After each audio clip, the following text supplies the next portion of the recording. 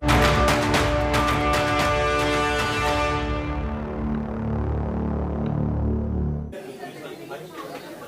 get you the latest updates also this morning on the Sri Lanka economic crisis. Unprecedented what's playing out in the neighboring island nation, and it's the common Sri Lankan that's paying the price right now for these kind of economic woes. We're seeing regular power cuts, fuel shortage, and all of this has spurred widespread agitations. Protests demanding the resignation of President Rajapaksa continues in capital Colombo. Sri Lankan police have scaled up deployment after thousands of protesters tried to storm into Prime Minister Mahinda Rajapaksa's residence in Tangale on Monday. Enraged citizens want the Rajapaksas out of power. They've been blaming them for the ongoing crisis. Sri Lankan opposition parties, meanwhile, have also rejected President Gotabaya Rajapaksa's invitation to join a proposed united government. They've called this invite a sham.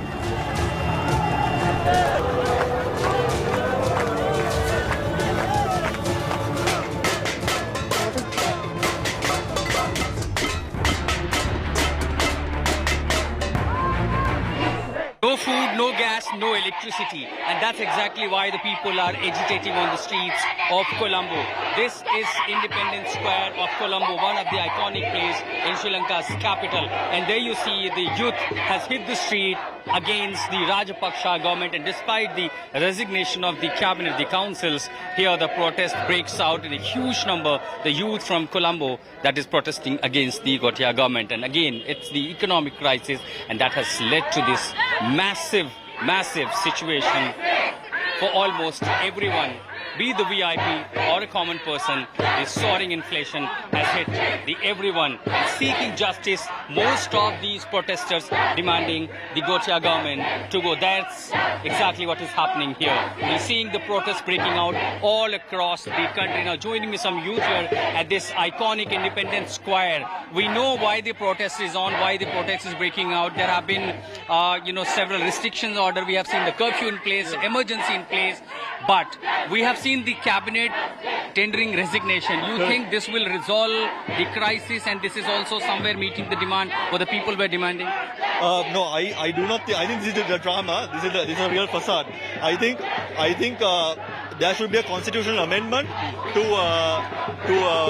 basically hold the presidential election soon, because the president can resign and hold the presidential election soon. So that is the only way to solve this impasse. So what do you think? What triggered this economic crisis in Sri Lanka, and how did it start? Well, there are so many. Of course, the COVID is one of the reasons. However, COVID is a problem that is affecting all the countries in the world, not just Sri Lanka. And initially, this government handled the COVID crisis very well, to be fair.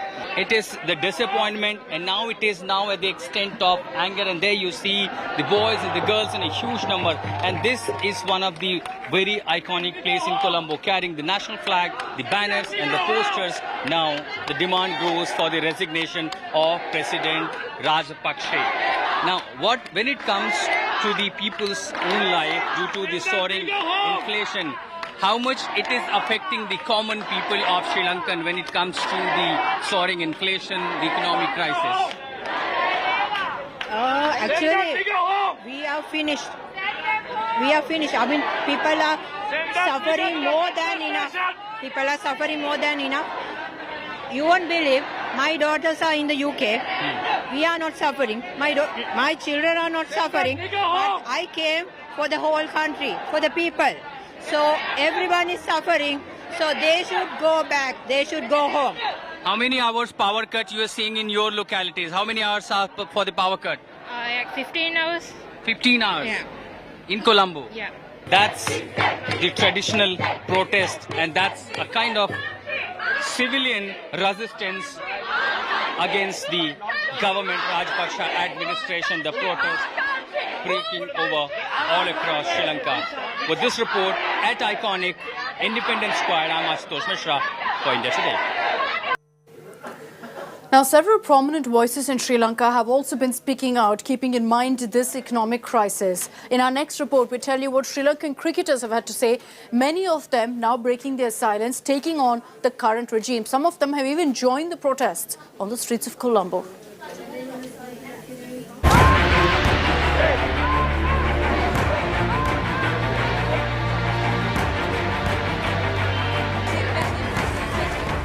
the Sri Lankan economic crisis has spiraled beyond control. And as protests against the government sweep the island nation, the top cricketers from the country have put their weight behind these anti-government protests. Mahela Jayawardene, who is also the coach of Mumbai Indians in the IPL, took to Twitter to voice his concerns, stating how he is sad to see the emergency law and curfew in Sri Lanka. Jayawardene said that the country's leadership have lost the confidence of the people. But Jayawardene is not the only one to raise his voice against the current establishment. Pictures of cricket legend Sanath Jayasuriya joining the protest have also been doing the rounds on social media. Jayasuriya earlier had taken to Instagram calling for his countrymen to unite and stand up to the oppression of the government.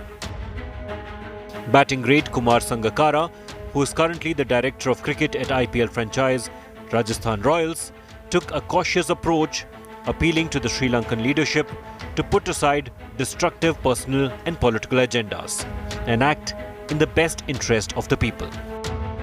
Even former pace bowler Lasith Malinga put out a post on Instagram stating he stands together with the people of his country. India's neighbours have been suffering severe shortages of food and other essentials, along with record inflation and crippling power cuts. And it's not just the former cricketers who have broken their silence against the current establishment, but the current crop of cricketers too have spoken out against the Gotabaya Rajapaksa regime.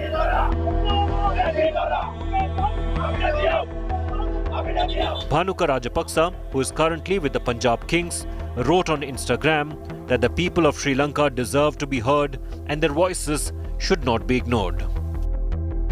RCB's Vanindu Hasaranga also asked his countrymen to stay strong for their motherland. Even as troops have been deployed around the island after the government imposed a state of emergency, protests condemning the government continue to defy the curfew. And cricketers who continue to enjoy great popularity in the country could well unsettle the Rajapaksa government with their remarks. Sports Bureau, India Today. What's playing out right now in Sri Lanka is the worst economic crisis the island nation has ever faced. But what's triggered it? What's caused this crisis and who's to blame? I explain in the next report.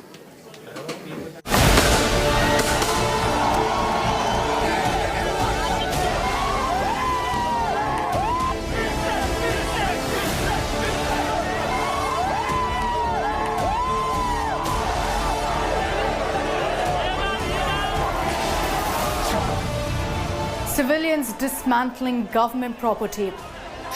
Plumes of black smoke rising from a vehicle set ablaze. Police in riot gear unleashing hell. Thousands on the streets protesting economic hardships and an economy that's teetering on the brink of collapse. The island nation of Sri Lanka is spiraling into an economic meltdown of epic proportions. An unprecedented economic crisis is unfolding in the island nation of 22 million. The Sri Lanka economy is facing a crisis owing to a serious balance of payments problem. It's exhausted over 70% of its foreign reserves and is also facing a budget shortfall. A weakened currency and unbridled inflation have caused prices of staples to skyrocket. It has a mammoth debt now of $7 billion. Ordinary citizens are having to bear the brunt of this crisis. A kilo of sugar, for example, now costs a whopping 240 rupees. The price of a single egg, that's right, one egg, is pegged at 30 rupees. A kilo pack of milk powder costs a staggering 1,900 rupees. And add to that, debilitating power cuts continue to plague the island nation as the government is essentially unable to pay for fuel imports. Retail inflation in the country had touched 17.5% in February. Food inflation has now soared over 25%, causing this meteoric spike in prices. But this catastrophic economic crisis in Sri Lanka was anything but serendipitous. So how did Sri Lanka really get here? The root of the crisis essentially lies in economic mismanagement of not one government but successive governments. The current crisis was heightened by exorbitant tax cuts given by the Gotabaya Rajapaksa government months after winning the presidential election. This was back in 2019. Value-added tax was cut from 15% right down to 8%. 7 other taxes and nation-building tax, all of it abolished. While the 2019 Easter Sunday blasts battered the lucrative tourism industry, the COVID-19 pandemic was the final nail in the coffin for a vibrant vacation trade. And that also wiped out foreign worker remittances. Foreign exchange reserves plummeted by 70% in 2 years. The country's farm sector was also sharply hit by Rajapaksa's decision of banning all chemical fertilizers. This was in 2021, a move that was later rescinded. But what really was the final trigger? It was the petrol price hike caused by the Ukraine-Russia crisis, which exasperated an already dire situation. Now to Sri Lanka's foreign debt. The island nation has a whopping $7 billion debt due in 2022. Its public debt is 110% of its GDP, believe it or not. Sri Lanka owes most of its debts to countries like China, Japan, to us, India, and organizations like the World Bank and Asian Development Bank. It's also borrowed from the international market. While market borrowings make up 47% of the debt, Asian Development Bank is about 13%, Japan and China make up 10% each. So amid this crisis, who's helping Sri Lanka? And I'm sure you're all asking, what's India doing? The Sri Lankan government has approached the International Monetary Fund, the IMF, for help. The Rajapaksa government has also sought help from China as well as us in India. A diesel shipment under a $500 million credit line has been agreed with India. We're also providing a $1 billion credit line for essential imports. China, meanwhile, is considering a request of $2.5 billion from Colombo. It's also gifted 2,000 tons of rice to help address the food crisis. What next for Sri Lanka? Well, debt restructuring and short-term loans from the IMF as well as the World Bank may stabilize the economic and financial situation of the island nation. But growing protests and austerity measures that have been demanded by lenders may further force the government to the brink of collapse. So this is a long-term crisis that the island nation is staring at.